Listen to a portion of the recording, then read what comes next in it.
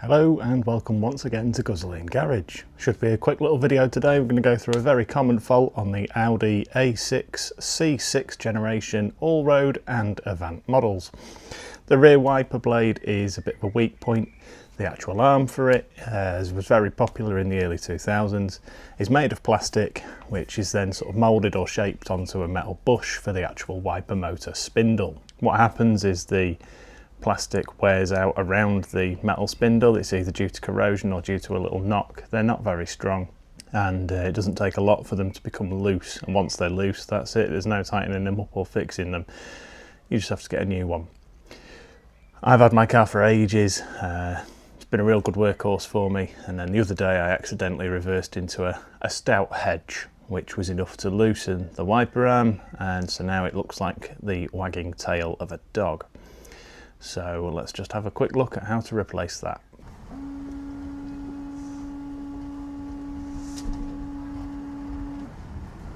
So I've been driving around with it just in that sort of vertical rested position and not using it. And if you squint really hard, I like to think it looks a lot like the Mazda 787B race car.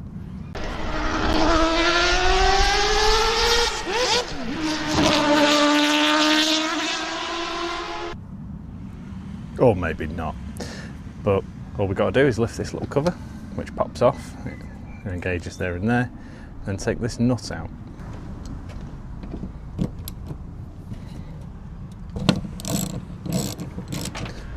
The nuts are 13mm,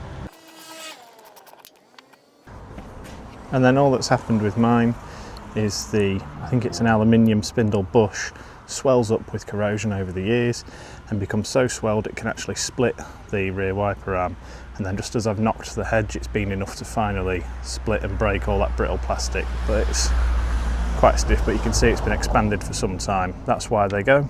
From inside the top, you just need to retain this little wiper nozzle piece here, because that's going to need to be fitted into the new arm.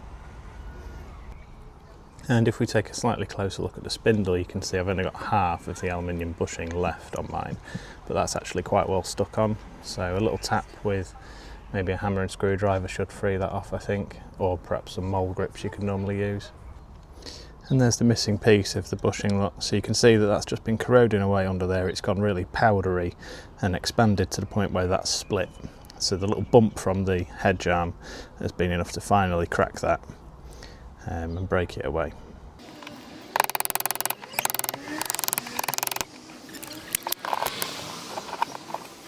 Sometimes that aluminium sort of bush piece stays on in one piece and can be very difficult to remove, in which case the best thing to do is to just cut a small slit in one side of it to sort of release the tension around this splined shaft section. Going to give it a little brush, careful not to damage the rubber mounting and seal, and careful not to scratch the glass.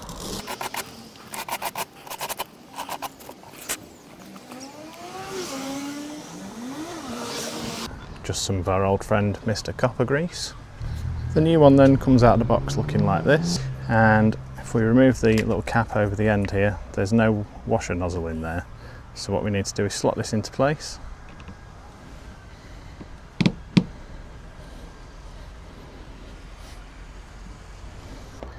So screw the centre nut on.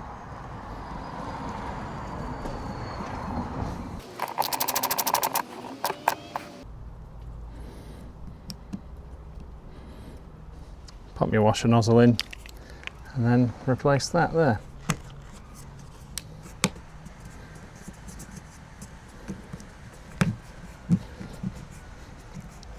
And that should be that. Let's give it a little test.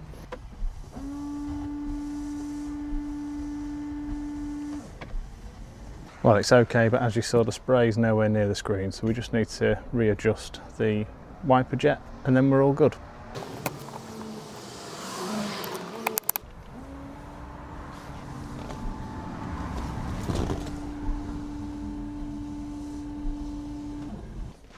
So that's that common fault dealt with. Might adjust that washer spray a little bit.